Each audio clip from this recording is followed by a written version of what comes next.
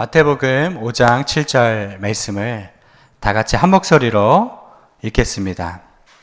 긍휼히 여기는 자는 복이 있나니 그들이 긍휼히 여김을 받을 것이며. 아멘. 기도하겠습니다. 하나님, 오늘도 주님 계신 성전에 나와서 예배드립니다. 우리의 마음을 쏟게 해주시고 귀한 하나님의 말씀 하나도 땅에 떨어지지 않고 우리의 삶 가운데 이루어지게 하여 주옵소서. 예수님의 이름으로 기도드리옵나이다. 아멘. 오늘 말씀의 제목은 긍휼은 명령이다 하는 제목입니다. 최근 목회 데이터 연구소에서 한국인의 종교 현황 조사를 발표했는데요. 우리나라에서 종교를 가지고 있다 대답한 사람이 37%였습니다. 반면에 종교가 없다 말한 사람이 63%였죠. 20년 전까지만 해도 종교 있는 사람이 60%였고 종교 없는 사람이 40% 정도였는데 이게 역전이 된 것입니다.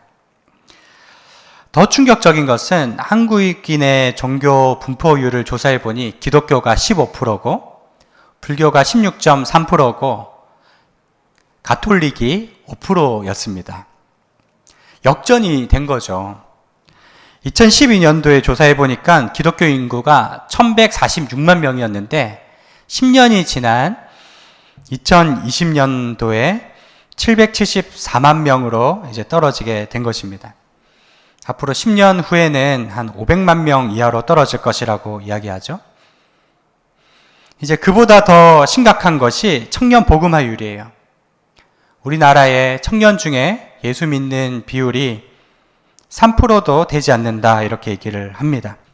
교회 다니는 청년들 중에 3분의 1은 대학 가면서 교회를 안 나간다라고 하고요.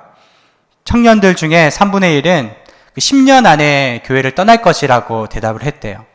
왜 그런가? 지금은 부모님 눈치 때문에 교회 다니지만 앞으로는 교회 다니지 않을 것이라고 이야기를 한다는 거죠. 왜 이렇게까지 교회가 신뢰를 잃어버리게 되었을까? 제가 청년 사역할 때 청년들하고 대답해 보니까 교회는 좀 투명하지 않은 것 같다는 것입니다. 교회 지도자들은 돈을 좋아하는 것 같고 교회에서 싸우는 걸 보면 세상보다 더 심한 것 같다 이런 얘기를 하더라고요. 세상이나 교회나 별반 다른 것이 없기 때문에 교회에 대해서 마음이 싸늘하게 식어져 버린 그런 모습들을 많이 봤습니다. 그러면 한국 교회가 우리 그리스도인들이 회복해야 할 모습이 무엇일까요? 여러분 많이 강조하지만 마태복음 5장에 이 팔복의 성숙한 성품을 회복하라는 것입니다. 오늘 그 5번째죠. 마태복음 5장 7절 같이 한번 읽어볼까요? 시작. 긍휼히 여기는 자는 복이 있나니 그들이 긍휼히 여김을 받을 것이며. 여러분 긍휼이란 무엇일까요? 오늘 세 가지로 나눌 텐데 첫 번째, 긍휼은 자비를 베푸는 것입니다. 긍휼히 여긴다 하면은 흔히들 불쌍히 여긴다 이렇게 생각을 하죠. 그 말이 맞습니다. 그런데 성경에는 더 심오하고 깊은 뜻이 있는데 구약의 긍휼을 헤세드라고 하거든요. 150회 이상 사용하고 있는데 긍휼에 관해 설명해 줄 수 있는 그 귀한 정의입니다. 그것은 불쌍히 여겨서 자비를 베푼다. 다시 말해서요, 감정적으로 불쌍히 여기고 끝나는 것이 아니라 행함, 베푸는 데까지 가는 것이 긍휼이라는 거예요. 우리 주변에 보면 도움이 필요한 사람들이 얼마나 많습니까? 저희 교회는 노숙인들한테 도시락을 조금씩 나누고 있는데요. 또 이 지역에서도 나누려고 합니다. 추운 겨울이 되면 이 패딩 같은 거 가지고 가서 이제 얼어 죽지 않도록 덮어드리기도 하고 그런 일들을 하죠. 또 이 지역사회에 열악한 분들이 굉장히 많아요. 마음만 죽겠다, 배고프겠다 할 게 아니라 말만 배부르게 하세요, 덥게 하세요 할 것이 아니라 직접 손과 발로 찾아가고 손으로 섬기면서 긍휼을 베푸는 것이 진짜 긍휼이라는 것입니다. 오늘 그러한 교회가 될 때 하나님께서 의인의 상을 주신다. 지극히 작은 한 사람에게 베푸는 것을 보시고 우리에게 칭찬해 주신다. 그렇게 말씀을 하시죠. 두 번째 이 긍휼이라는 단어는요, 변함없이 사랑하는 거예요. 우리 교회로 전화가 자주 와요. 배고픕니다. 도와주세요. 돈 보내주세요. 찾아가 보면요.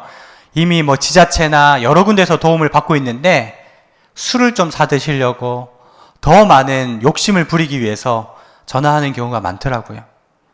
그럴 때면 참 마음이 상하기도 하고 각박해지기도 합니다.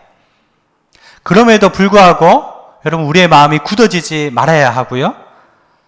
거짓말로 돈을 얻고자 하는 자에게도 기꺼이 음식도 나누고 주의 사랑을 베풀어야 하는 이유가 이 헤세드라는 단어는 변함없는 사랑이거든요. 하나님의 사랑이 날씨처럼 변덕이 있었다면 우리는 이 자리에 있지 못할 거예요. 상대방이 어떻게 대함에도 상관없이 부모의 사랑으로 끝까지 사랑하는 것이 헤세드예요. 본래의 국률의 마음은 사람에게는 없습니다.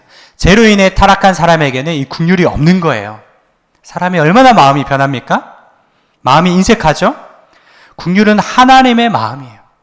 예배를 통해 하나님 만나고 은혜를 받으면요, 자연히 흘러 넘치게 돼 있습니다. 그래서 로마서 5장 5절에는 하나님의 사랑이 우리 가운데 부어져서 흘러간다, 이렇게 얘기를 하는 거죠. 사실 우리에게 주신 재정으로 먹을 것을 좀 나누고 시간을 내서 찾아가서 돕고 참 귀한 일이죠. 그런데요, 정말 힘든 일은 그것보다 공동체 안에 있습니다. 내게 손해를 끼치고 관계가 껄끄러운 사람들 품기란 참 쉽지가 않은 것이죠. 하나님의 국률이란 뭐냐? 얼굴 마주하기 어려운 사람, 진심으로 불쌍히 여기는 데 있다 하는 사실이에요. 에베소서 2장 4절 5절 우리 주보 안에 나와 있죠. 우리 같이 한번 읽어볼까요? 시작. 긍휼이 풍성하신 하나님이 우리를 사랑하신 그 큰 사랑을 인하여 허물로 죽은 우리를 그리스도와 함께 살리셨고 너희는 은혜로 구원을 받은 것이라. 아멘. 여러분, 하나님이 우리를 있는 그대로 보실 때는요, 쳐다만 봐도 기분 나쁘고 껄끄럽고 지형에 합당한 존재들이에요. 마주하고 싶지 않은 사람들인데 긍휼이 풍성하신 하나님이 우리를 불쌍히 여겨서 예수님을 보내주신 것이죠. 본질상 진노의 자녀고 우리가 원수되었을 때 우리가 사랑받았기 때문에 우리도 하나님처럼 사랑함이 마땅하다 하는 것입니다. 그것이 헤세드 사랑이에요. 여러분 기억하시길 바랍니다. 긍휼은 손과 발로 자비를 베푸는 것이고, 두 번째, 변함없이 사랑하는 겁니다. 마지막 세 번째, 긍휼은 무엇인가? 명령입니다. 마땅히 예수 믿은 사람이라면 하나님 말씀으로 지켜 행해야 된다는 거예요. 야고보서 2장 13절 우리 나와 있죠. 같이 읽겠습니다. 시작. 긍휼을 행하지 아니하는 자에게는 긍휼 없는 심판이 있으리라. 긍휼은 심판을 이기고 자랑하느니라. 긍휼을 행하느냐 행하지 않느냐는 심판의 기준이라는 거예요. 우리가 다른 사람을 불쌍히 여기지 않으면 하나님도 우리를 불쌍히 여기지 않을 것이다. 누가복음 10장에 선한 사마리아인의 이야기가 나오는데요. 어떤 사람이 강도 만나서 다 죽게 됐어요. 레위인도 지나가고 제사장도 지나가면서 그냥 넘어가는 것입니다. 거의 죽었기 때문에 레위인이나 제사장은요, 죽은 시체만 치면 부정해져서 매일 옷을 빨아야 되고 일을 제대로 못하거든요. 뿐만 아니라 살아있다 해도요, 그를 데리고 가서 치료해줘야죠, 먹여주고 재워줘야죠. 손해가 이만저만이 아니기 때문에 다 지나간 거예요. 그런데 사람들이 굉장히 천시 여기는 사마리아 사람이 그를 데려가서 파격적인 사랑을 베풉니다. 어떻게 하죠? 첫째, 불쌍히 여겨. 둘째, 가까이 가서. 셋째, 자기가 가지고 있는 포도주를 상처에 붓고 치유해 주고요. 넷째, 자기 짐승에 태워서 주막에 가고. 다섯째, 하룻밤 보내고 나서 주인에게 뭐라고 하죠? 이 사람을 끝까지 돌봐주세요. 부비가 더 들면 더 드리겠습니다 하면서 2데나리온을 주고 가잖아요. 안면도 없는 사람을 친가족처럼 대하고 끝까지 책임지는 것입니다. 여러분, 이것이 긍휼입니다. 하나님이 그러한 사람에게 의인의 상을 줄 것이라고 했습니다. 근데 말씀은 알지만 행하지 않은 제사장과 레위인에게 뭐라고 하세요? 너희에게는 심판이 있을 것이다 말씀을 하셨어요.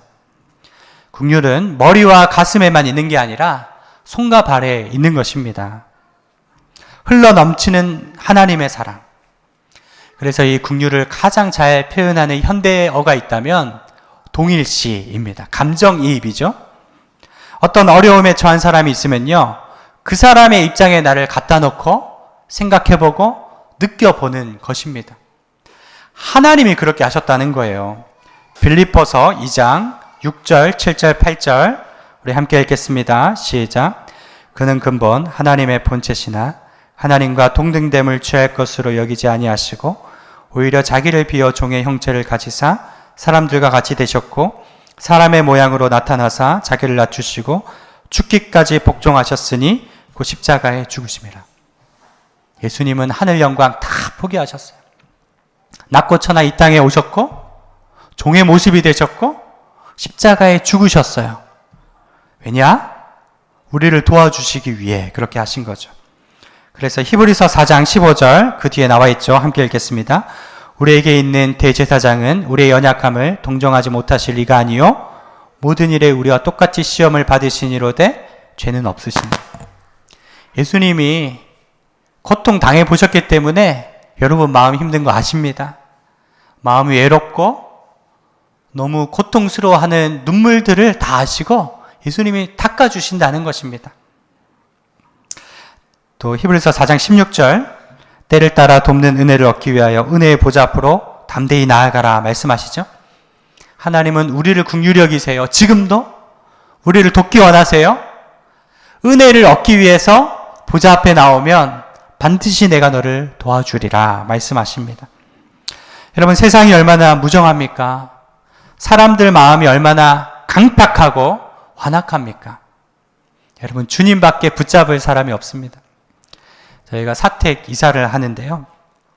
그 다음 세입자가 들어오기로 이제 계약이 되어 있었어요. 한 달 뒤에 들어오기로 되어 있는데 가계약이 되어 있는 상태인데 계속 집을 보러 오는 거예요.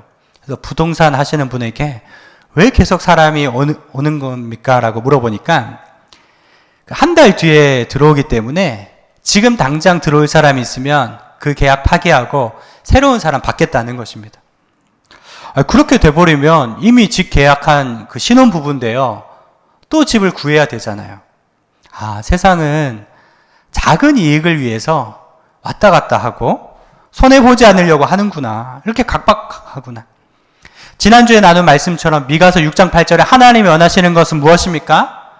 오직 정의를 행하고 인자를 사랑하며 겸손히 하나님과 동행하는 것이라고 했죠. 여러분 세상은 이렇게 각박하다 할지라도 예수 믿는 사람만큼은 온유하고 젠틀하고 긍휼히 여기는 사람들을 불쌍히 여기는 그러한 삶을 살게 되기를 바랍니다. 마태복음 5장 7절 우리가 긍휼히 여길 때 어떤 은혜가 있느냐? 긍휼히 여기는 자는 복이 있나니 그들이 긍휼히 여김을 받을 것이며. 여러분 조건적입니다. 우리가 긍휼히 여기면 하나님도 우리를 긍휼히 여겨주세요. 그래서 저는 기도할 때 가장 많이 하는 기도가 하나님 저를 좀 긍휼히 여겨주세요.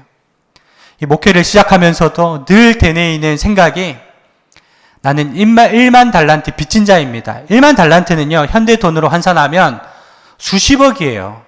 그 돈을 다 탕감받았는데 그 사람이 나가면서 100데나리온 한 돈 몇백만 원 되나요? 그 돈 안 갚았다고 자기 친구를 때리고 감옥에 쳐넣는 배은망덕한 그 사람을 보면서 예수님이 뭐라고 하시죠? 내가 너를 불쌍히 여긴 같이 너도 내 동료를 불쌍히 여김이 마땅치 아니하냐 말씀하셨어요. 여러분 십자가의 은혜를 받았습니다. 그런데 우리는 작은 일에 주변 사람과 갈등하고 작은 일에 분노하고 살아가지 않습니까? 우리 하나님 마음이 얼마나 안타까울까요? 오늘 그 십자가의 은혜를 기억하시길 바랍니다. 말씀을 맺으면서요. 그 영국에 이런 이야기가 있어요. 토마스 무어경이라는 귀족이 있었는데요. 어쩌다가 억울하게 죄를 뒤집어 씌워서 재판정에 서게 되는데 사형 선고를 받았어요. 사형 선고를 받고 마지막 말을 남기는데 재판관에게 할 말이 있다는 것입니다. 사형 언도를 한 재판관에게 무어경이 말하길 재판관님 오늘만은 제가 당신과 친구가 되기를 원합니다. 무슨 말인가? 나와 당신과의 관계는 바울과 스데반의 관계가 되기를 원합니다. 여러분 성경 읽어보셔서 아시죠? 바울이 스데반을 돌로 쳐 죽이는데 앞장선 사람이에요. 근데 나중에 예수님 만나고 회심해서 바울이 천국 갔을 때는 스데반과 손을 잡고 친구가 되었을 것이라는 겁니다. 마찬가지로 비록 당신이 나에게 아주 부당하게 사형을 선고했지만 나중에 당신 예수 믿고 저 천국 가서 우리 같이 악수합시다. 친구가 되어서 행복하고 기쁘게 살기 원합니다. 이렇게 얘기했다는 것입니다. 그 불의했던 재판관이 충격을 받았습니다. 이렇게 되물었대요. 나는 당신에게 억울하게 사형을 선고했는데 어째서 당신은 나에게 이렇게 선한 말을 할 수 있습니까? 토마스 무어경이 이렇게 얘기했어요. 내가 이렇게 말할 수 있는 것은 예수님이 나를 먼저 불쌍히 여겨 주었기 때문입니다. 여러분, 그가 하나님의 무한한 긍휼을 힘입어 구원받았기 때문에 죽는 그 순간까지 사람을 사랑할 수 있었고 전도할 수 있었다는 것입니다. 여러분, 이 세상 사는 동안 긍휼을 베푸시길 바랍니다. 세상 떠날 때 여러분의 인생에 긍휼이 남게 되길 바랍니다. 버클리란 사람이 이렇게 얘기했어요. 긍휼히 여기는 것은 하나님과 우리를 연합시키고 긍휼히 여기지 않는 것은 하나님과 우리를 갈라놓는다. 여러분 가운데 긍휼이 있다면 하나님이 여러분과 함께 하실 줄 믿습니다. 그러한 삶을 사시는 성도님들 되시기를 축원드립니다. 우리 함께 기도하겠습니다. 하나님, 하나님의 긍휼로 우리를 감싸 주시옵소서. 하나님의 긍휼 없이는 저희들 설 수가 없습니다. 긍휼이 풍성하신 하나님께서 우리의 완악한 마음을 부드럽게 녹여주시기를 원합니다. 하나님의 은혜가 저희들의 삶을 통해서 흘러갈 수 있도록 함께하여 주시옵소서. 감사드리오며 살아계신 예수님의 이름으로 기도드리옵나이다. 아멘.